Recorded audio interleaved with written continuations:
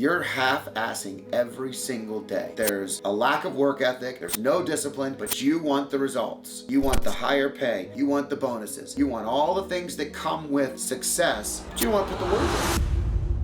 The crazy thing is, everybody wants the results that discipline provides. They want the freedom, they want the success, they want the starting, superstar on the soccer team or the basketball team child. They want that for them. But they don't want to show them how to get there. And they don't want to tell them what it really takes.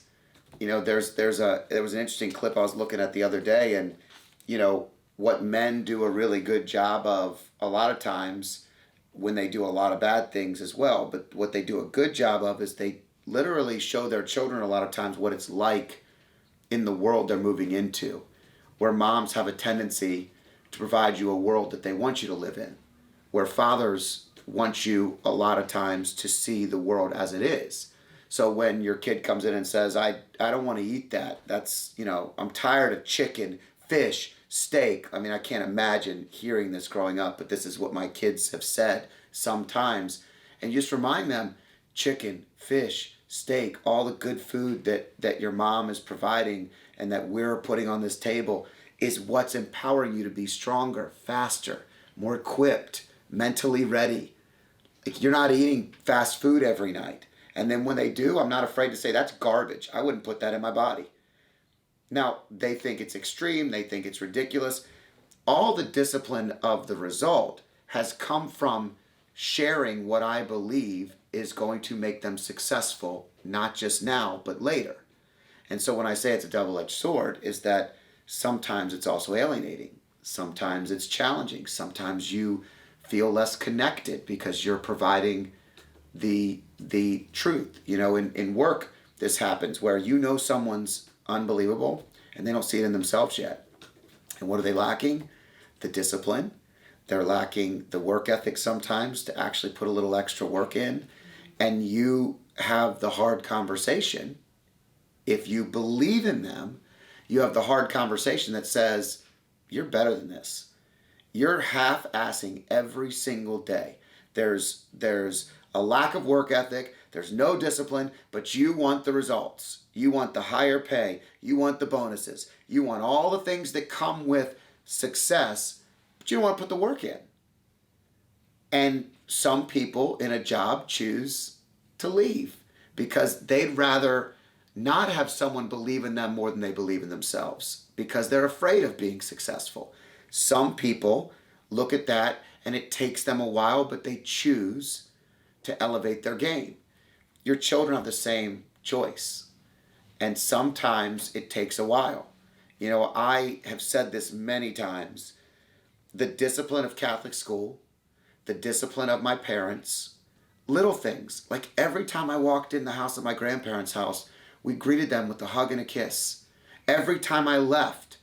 You know how absolutely pointless it can be for a kid where you come in, you hug and kiss, you say you're there like 10 minutes, then you're doing it all over again and you're leaving. But if we didn't do that, we were corrected. Now, why is that so small? Like most parents say, that's stupid. It doesn't make any difference. I've probably even said that at times when I was a new parent. Like, you don't need to say goodbye again. But I look back at simple things like that and it helped me be comfortable with discipline.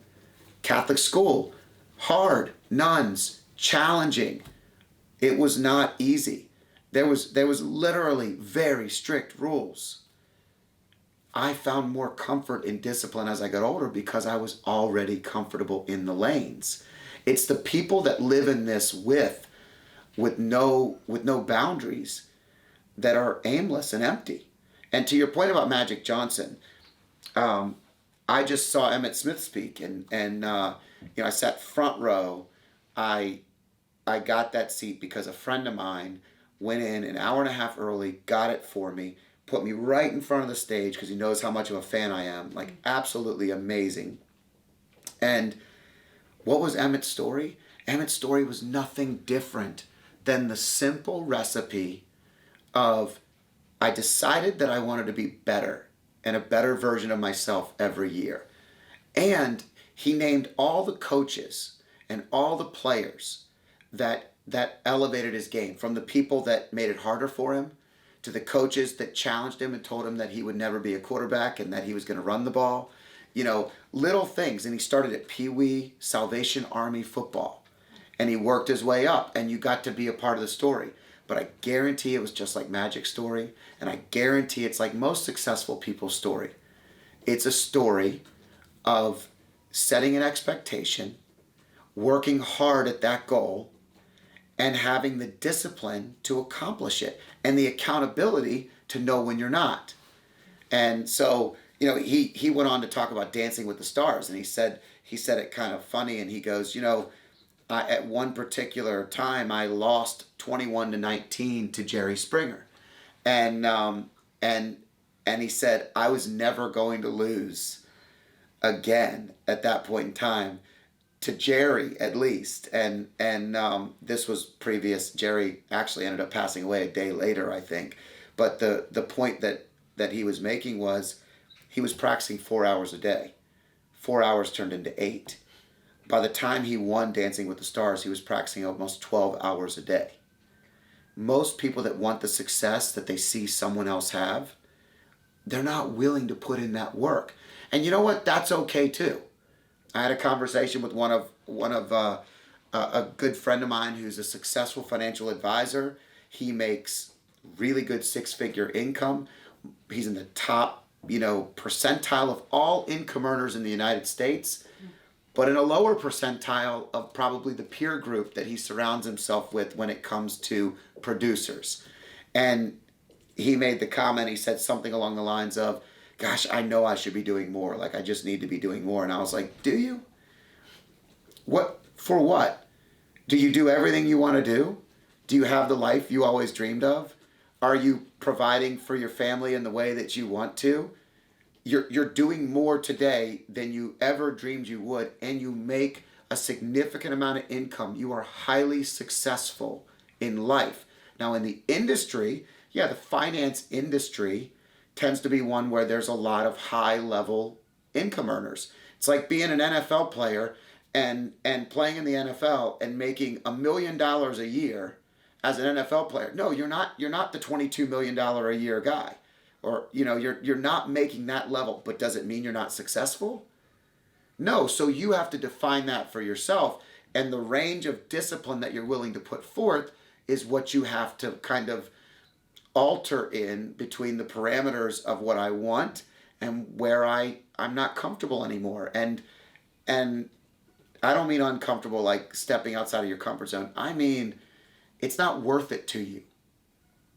What is it worth? And I think we all kind of hit those boundaries. There's always a level above that you can hit. And then there's people like Emmitt Smith that were the all-time leading rusher, and there was no other level he could hit, but he could have won on the Super Bowl. There are things he could still tell you today that he wishes he would have done.